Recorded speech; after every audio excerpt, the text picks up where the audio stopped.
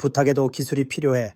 원하는 것을 얻고 관계를 지키는 소통의 지혜에 대한 미래교육학자 신종구 교수의 칼럼입니다. 부탁은 우리 삶의 필수적인 부분입니다. 우리는 매일 크고 작은 부탁을 주고받으며 살아갑니다. 아침에 출근하며 동료에게 커피를 부탁하고, 중요한 프로젝트의 마감을 앞두고 상사에게 도움을 요청하며, 때로는 가족에게 말 못할 고민을 털어놓으며 기댈 곳을 찾기도 합니다. 하지만 많은 사람이 부탁하는 것을 어려워합니다. 혹시 거절당하면 어쩌지? 상대방이 부담스러워하면 어쩌지? 관계가 서먹해지면 어쩌지?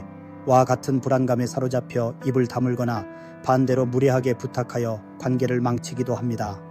이 칼럼에서는 바로 이러한 문제의식에서 출발하여 어떻게 하면 현명하게 부탁하고 원하는 것을 얻으면서도 관계를 굳건히 지킬 수 있는지, 그 소통의 지혜를 심도 있게 탐구하고자 합니다. 부탁이 어려운 이유는 복합적입니다. 가장 큰 이유는 거절에 대한 두려움입니다.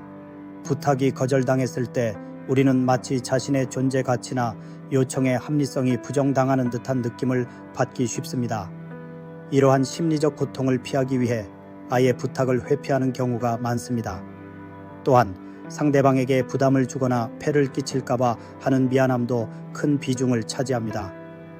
특히 타인의 시선을 중요하게 여기는 문화권에서는 이러한 감정이 더욱 강하게 작용하여 자신이 불편함을 감수하더라도 남에게는 폐를 끼치지 않으려는 경향을 보입니다.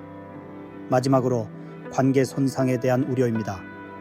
부탁이 잘못되거나 거절 과정에서 불쾌감이 생기면 그동안 쌓아온 관계가 틀어질 수 있다는 불안감은 부탁을 더욱 어렵게 만듭니다. 이러한 심리적 장벽들을 이해하는 것이 현명한 부탁의 첫걸음입니다. 그렇다면 불편함 없이 원하는 것을 얻고 관계를 지키는 똑똑한 부탁을 위한 소통의 기술은 무엇일까요? 이는 단순히 말솜씨를 넘어 상대방의 심리와 상황을 이해하고 배려하는 종합적인 관계 지능을 요구합니다. 가장 먼저 부탁하기 전에 상대방의 상황을 면밀히 살피는 것이 중요합니다. 상대방이 지금 어떤 상태에 있는지, 시간적 여유는 있는지, 다른 중요한 일로 바쁘지는 않은지 등을 파악해야 합니다. 예를 들어 퇴근 직전에 급한 부탁을 하거나 중요한 업무에 몰두하고 있는 동료에게 불쑥 사적인 부탁을 하는 것은 상대방에게 큰 부담을 줄 수 있습니다. 상대방의 입장에서 지금 내가 이 부탁을 받아들일 여유가 있는가를 먼저 고민하고 적절한 시간과 장소를 선택하는 것이 성공적인 부탁의 첫 단추입니다. 이는 상대방에 대한 존중을 보여주는 기본적인 태도입니다. 두 번째로, 부탁의 내용을 명확하고 구체적으로 전달해야 합니다. 좀 도와줄 수 있을까요? 와 같은 모호한 부탁은 상대방에게 오히려 큰 부담과 혼란을 안겨줍니다. 상대방은 무엇을 언제까지 어떻게 도와달라는 것인지 명확히 알 수 없어 자신의 역량이나 시간을 가늠하기 어렵습니다. 따라서 무엇을 what, 언제까지 when, 어떻게 how, 왜 why를 포함하여 구체적으로 설명해야 합니다. 예를 들어 이번 주 금요일 오후 5시까지 제가 작성한 보고서 초안의 데이터 정확성을 한번 검토해 주실 수 있을까요? 대략 30분 정도 소요될 것 같고 혹시 제가 놓친 부분이 있을까봐 염려되어 부탁드립니다. 와 같이 명확하게 요청하면 상대방은 훨씬 부담을 덜고 도움 여부를 판단할 수 있습니다. 세 번째는 상대방에게 선택권을 부여하고 거절할 수 있는 여지를 충분히 주는 것입니다. 부탁은 강요가 되어서는 안 됩니다. 혹시 어려우시면 괜찮습니다. 바쁘시면 언제든지 거절하셔도 됩니다. 와 같은 표현을 덧붙여 상대방이 부담 없이 아니요라고 말할 수 있는 안전한 통로를 마련해 주어야 합니다. 심리학에서는 사람들이 자신의 자율성이 침해당한다고 느낄 때 저항하는 경향이 있다고 설명합니다.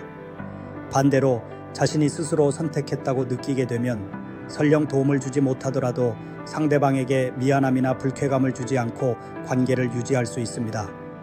오히려 이러한 배려심은 상대방에게 긍정적인 인상을 심어주어 다음번에 기꺼이 도움을 주게 만들 가능성을 높입니다.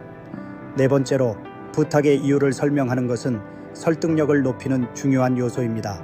단순히 이것 좀 해주세요 라고 말하는 것보다 제가 지금 이러이러한 상황에 있어서 당신의 도움이 필요합니다 와 같이 배경 설명을 덧붙이면 상대방은 부탁의 필요성을 이해하고 공감하기 쉬워집니다.